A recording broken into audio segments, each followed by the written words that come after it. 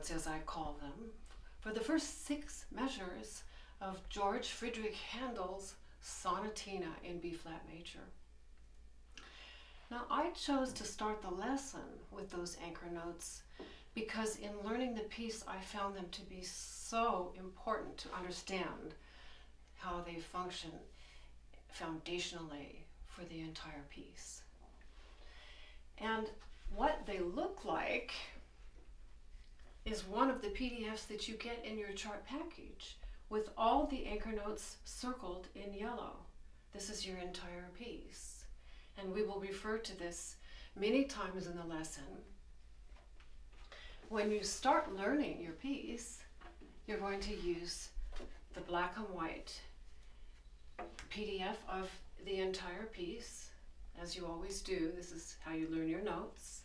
And you can see that this is 11 inches tall and 17 inches wide. The entire piece, beautifully laid out in the long phrases that the piece is. I engraved it this way on purpose. You also get in your chart package just a quick little overview here, so you see how really amazingly complex this piece is when you really get into it. In B-flat major, the opening 6 measures outline completely the scale degrees of B-flat major in both hands, the soprano and the bass. One of the other addendums is this very powerful display of what happens on important beat notes when the hands line up vertically to make intervals of thirds, sixths, tenths, 13ths, and 17ths. Oh my goodness. Is that possible? Yes, it is. And the entire thing that I'm trying to communicate more than anything is this interval recognition. And we do this on 2 planes. The horizontal for our melodies with intervals and steps and skips. We're used to that. But they also occur on the vertical plane. And that's what this is all about. It's so powerful because it gives the dignity and the grace, the whole tone and character of the piece, I think, is found in the vertical intervals. So let's go back to that anchor note addendum and hear what these do. In the time signature of 4/4 time, we don't begin the opening recognizable melody until we get to the upbeat and 3 and 1 and 3 and 4 and 1 and 2. The soprano says and 3 and 4, and the bass says and 1 and 2. And the soprano answers again, and 3 and 4 and 1 and 2. So we have this dialogue at the very beginning, soprano right hand and bass left hand. In anchor notes, I will count out loud. And 3 and 4 and 1 and 2. It's a pair. Next pair. And 3 and 4 and 1 and 2. And 3 and 4 and 1 and 2. And 3 and 4 and 1, 2, 3, 4, 1, 2, 3, 4 and 1. Very interesting, isn't it? What did you notice about the last 2 measures? When I started counting on the beats, 1, 2, 3, 4, and we had them lining up in, guess what? Tenths. Going down exactly, you know, the notes of the B-flat major scale. And resolving on the tonic B-flat in both hands. B-flat major. Here is your triad. Here's your 5-finger pattern. And your scale. In 2 octaves.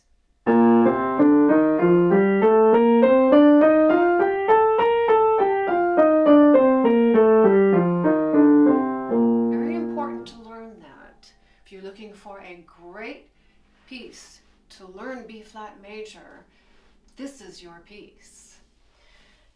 Now the thing about these scales in Handel Sonatina here is he is not going to give a straight octave scale, ever. No, he's not. He's going to make a scale like this. If we take the, well, let's just start with the regular B flat major scale, with B flat being the first note of the scale, I can take those same notes but start on the third scale, degree D, and go up D to D. And if I put that together with the first one, I get a scale in parallel thirds, like this. It's beautiful, isn't it? Now what happens if I drop this B flat down an octave? Then I get, instead of a third, I get a tenth. And listen to the difference with a parallel scale in tenths.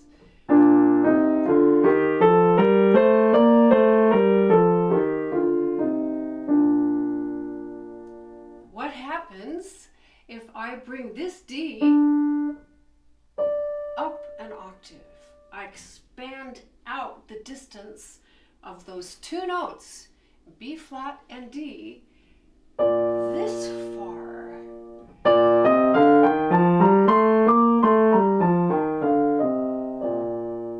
That's actually the interval of a 17th. 17th, 10th, third. We want to train our ears and our understanding that the notes don't change, just the distance between them, getting wider and wider. And that is what's making this piece so profound and irresistible for our spirits, because they open us up. Aren't you curious what the whole thing sounds like? Well, it's time for that now. I'm going to play for you how the piece really starts. It doesn't technically begin on the M3. It technically begins on 1 and 2 and 3 and 4, and 1 and 2 and 3 and 4, and 1 and 2 and 3 for the bass. Now let me put that with the soprano.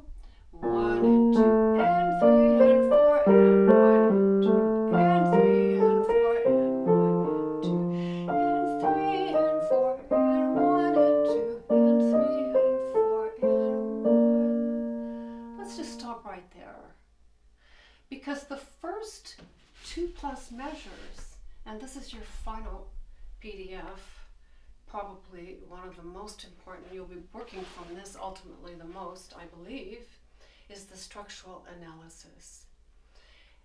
And I've been working on this piece on and off for a year, and really months in the making, to make all of these different supplies that I found were so necessary in understanding the piece.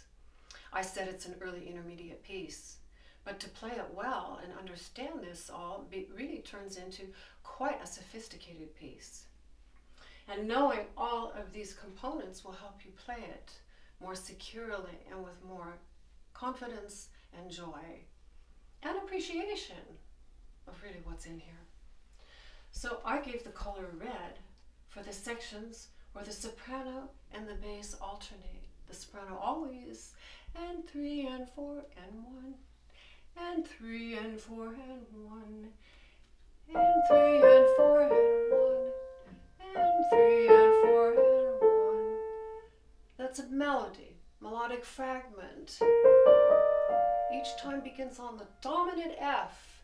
First dropping of a third. These are our horizontal intervals that we find in melodies. This is the soprano line of intervals. Down a third, up a step, start on the F again, and down a fifth. Learn that. Sing it.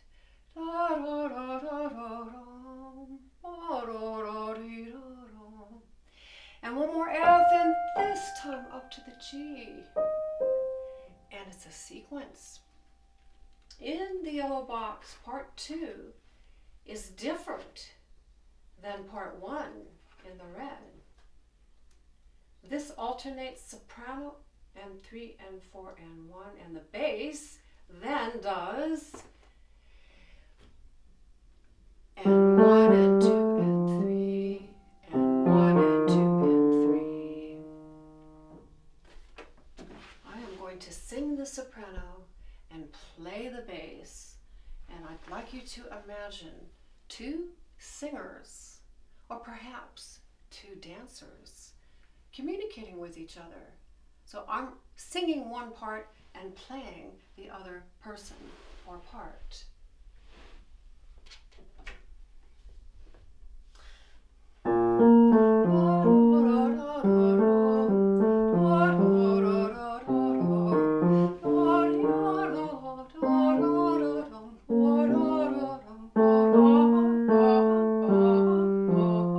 That's hard to sing.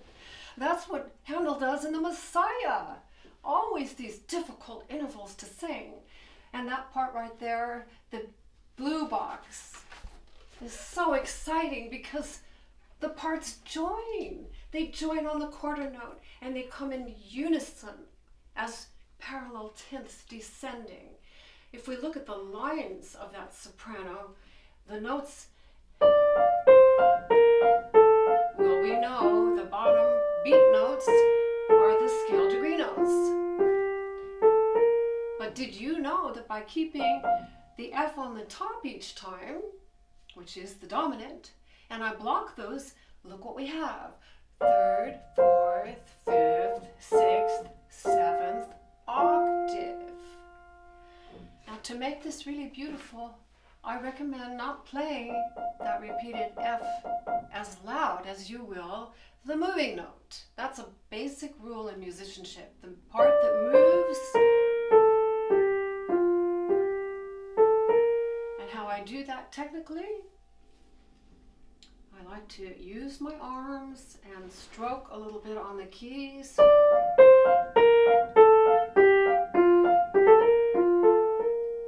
And then when I put the 2 parts together, the arms are actually making a choreography of the parallel tenths dancing together.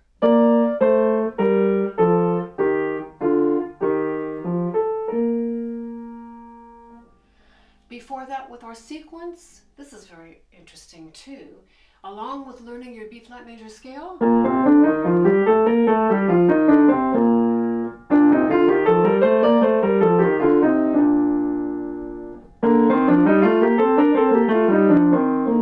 that's in sixths, which we're going to get later in the piece too.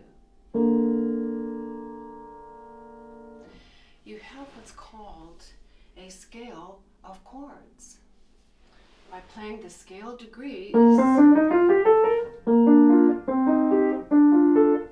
this is for every scale. Every key you can go up playing triads built around the scale degrees of that scale. Handel is using 3 of those for the sequence. These 3. It's very pretty. You could keep going. But he only takes 3. G, F, E flat, D. Isn't that beautiful?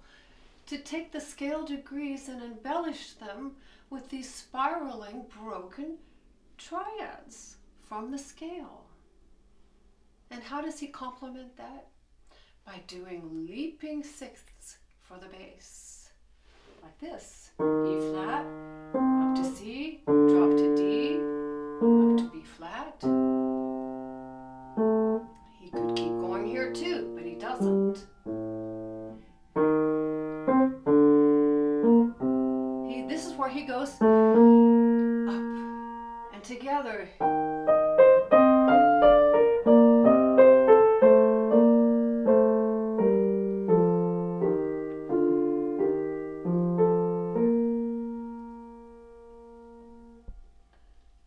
I'm going to play now the whole first line and go on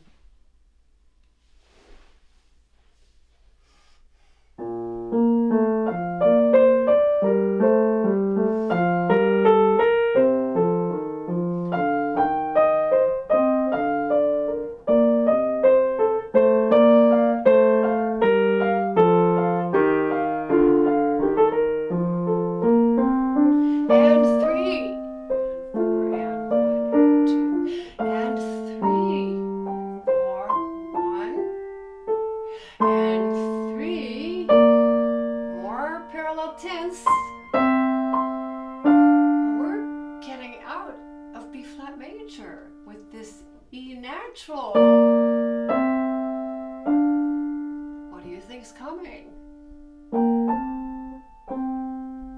And look what we ended on, an F and an F, 2 octaves apart. So at the end of your second system, Handel has modulated to the dominant F major. And how did he get there? Let's look at our structural analysis. 2 more beautiful pairs of alternating melodic dialogue for the soprano and the bass, which I marked with these dashed lines. The soprano, and 3, and 3, 4, 1. It's a lovely phrase. And look at these intervals. Up a step, and broken octave, and coming down the B flat major triad.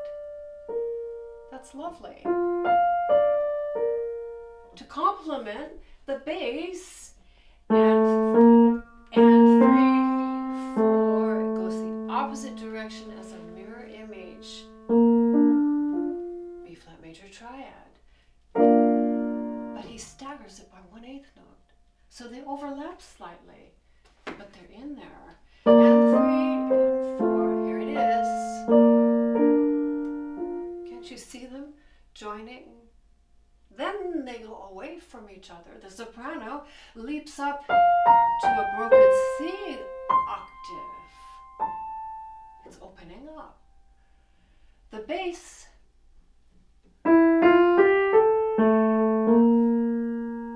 so those 2 phrases. Now I leap up to the F with my right hand. There's a 17th. Oh, what's this interval? Well, that's a 10th. Did you know that this is a 13th? That's the 6th. If I take this C and the E, move the C down an octave, that's a 6th. So see how wide that interval is. What happens here is as written. If I shrink that distance, take out the octave, and this is what that would sound like. But by separating them, we have a whole different mood, a whole different expansiveness.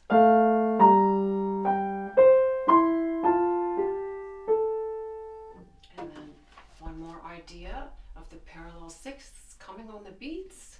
See, he's using that same element that he's established here.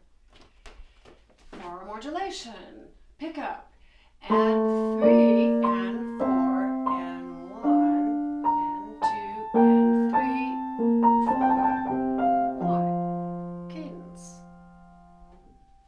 Now going on, the second half of the piece is really pretty amazing. First half and second half. This entire 6 measures was a descending B flat major scale, and these are, what do you think? An ascending B flat major scale. And this is to me where the magic in the piece happens. If I go back to my anchor notes now, starting at the pickup of measure 12, what beat am I going to start on? And 3, and 4, and 1. The whole piece starts, and 3, and 4, and 1. And 3, and 4, and 1. The anchor notes, and 3, and 4. Can you hear them climbing? And this is beautiful here. Joining. Going on. Oh, big distance, 17ths, and more. Top of the mountain.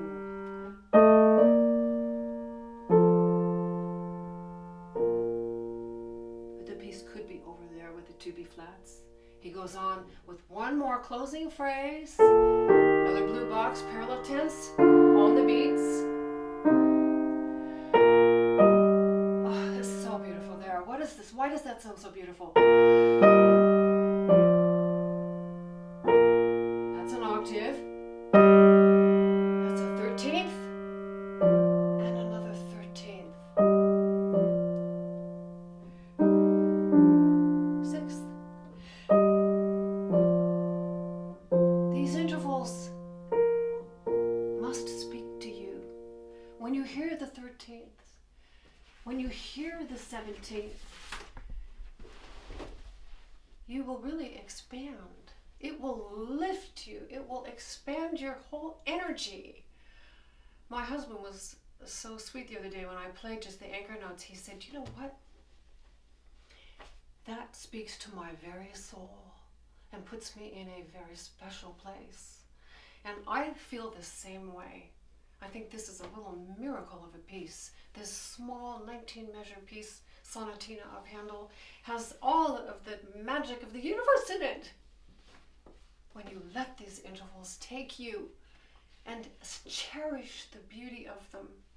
And that's what will be very helpful for you on this addendum. Those 6ths and 13ths are all marked with the color blue, and I put a plus sign for all of the 13ths.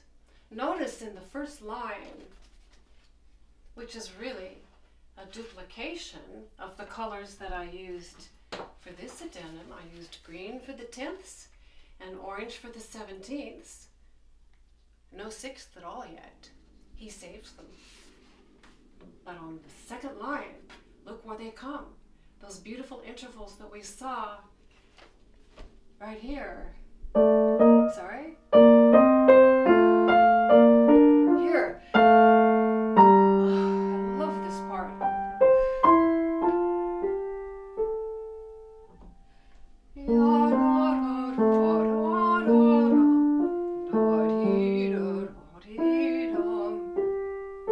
See how beautifully balanced? Each part gets to take a turn without interfering with the other one, with the alternating voice dialogue. And then they decide they want to lock arms and walk in unison on the beats, and that's the blue box. And 3 and 4 and 1. Do you hear them walking together on parallel tenths? Beautiful. It's so stately.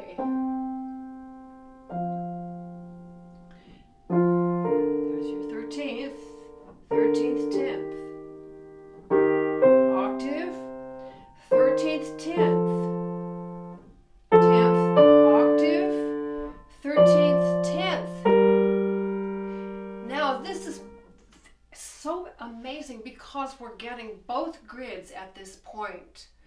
The horizontal with the ascending fourth in the soprano.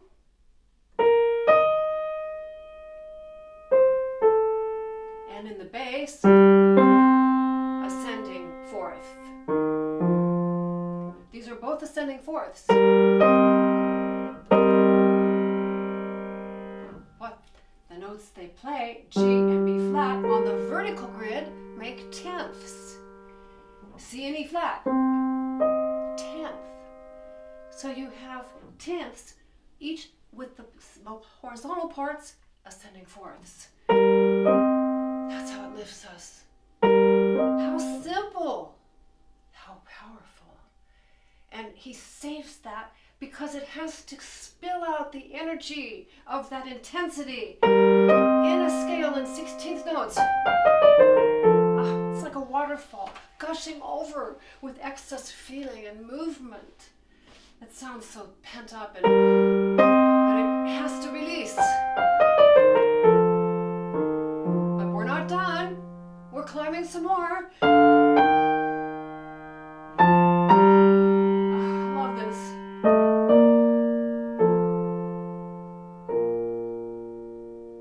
Even this, how the parts come together.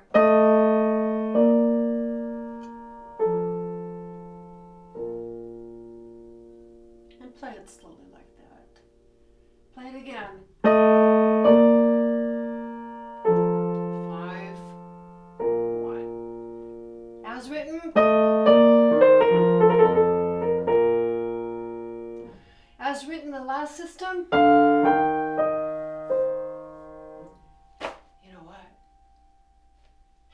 has used that exact 4-note pattern in measure 3.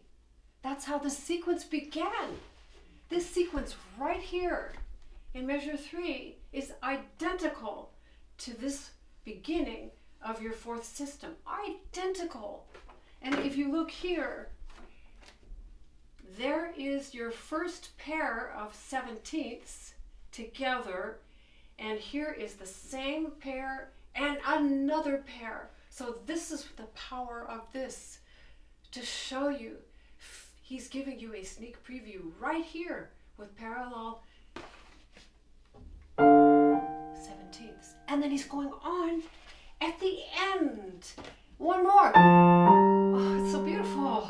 And he knew it ahead of time.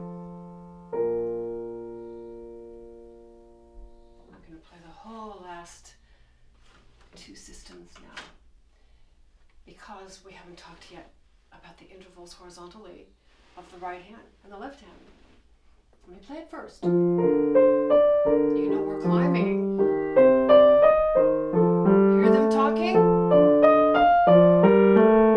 That was a sequence. And spilling out with the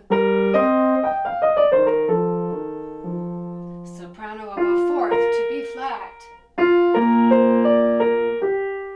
Up another 4th to C. Up another 4th to D. Up another 4th to E flat.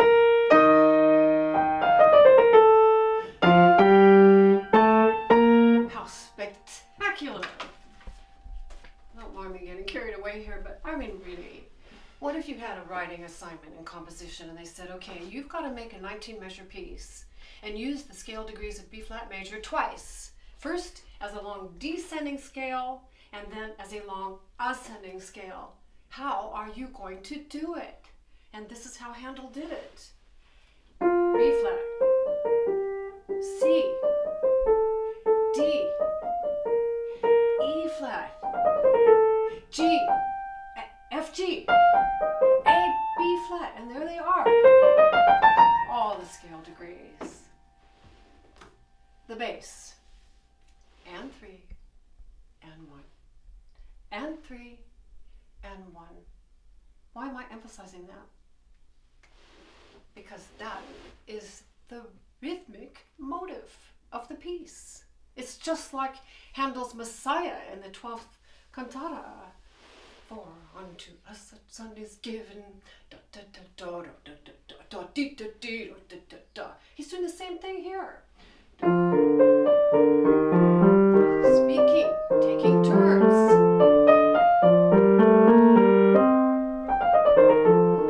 Now parallel 17ths.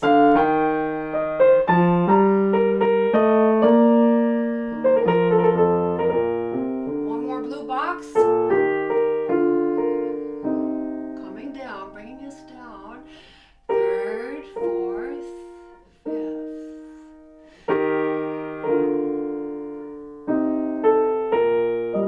Oh, that's beautiful.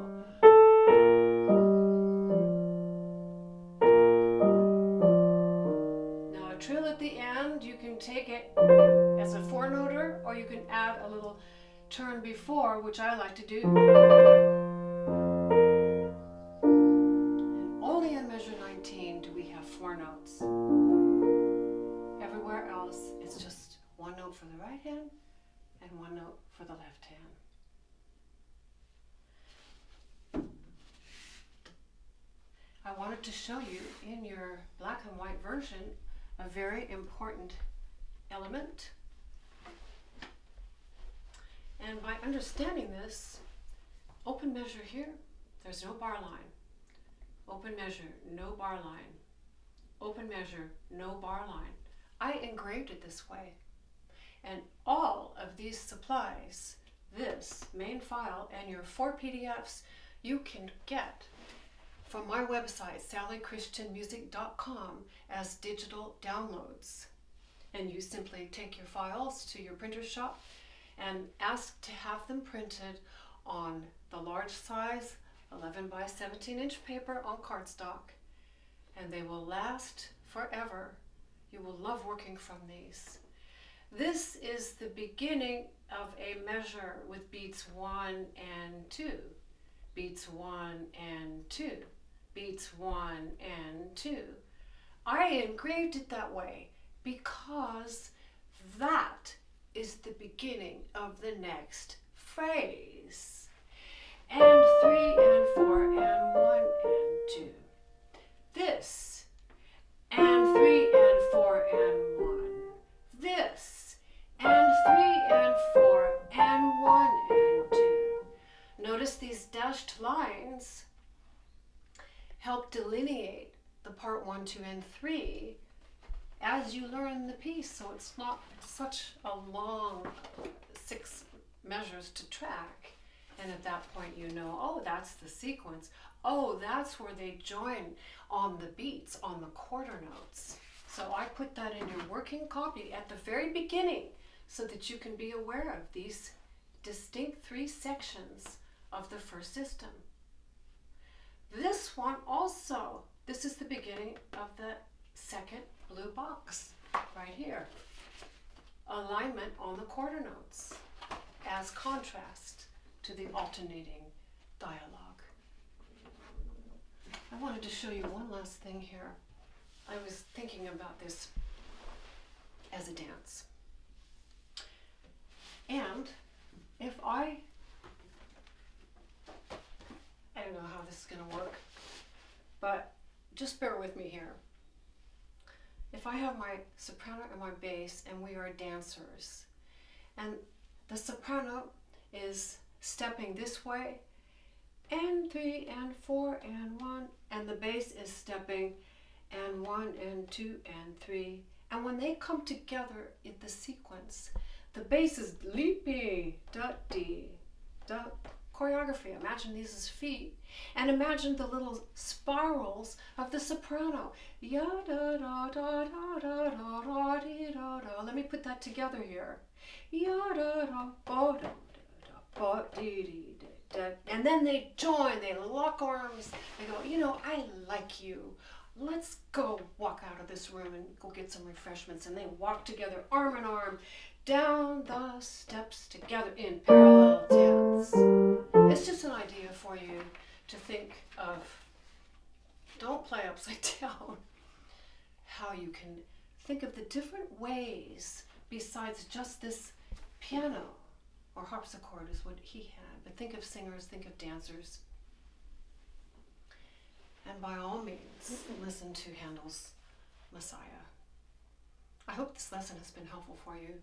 And I hope that you will really take the elements that we talked about today in all of the repertoire that you work on. Vertical and horizontal intervals in melodies and alignment with these dyads, which is what 2 notes together make as a dyad. Put them in your heart.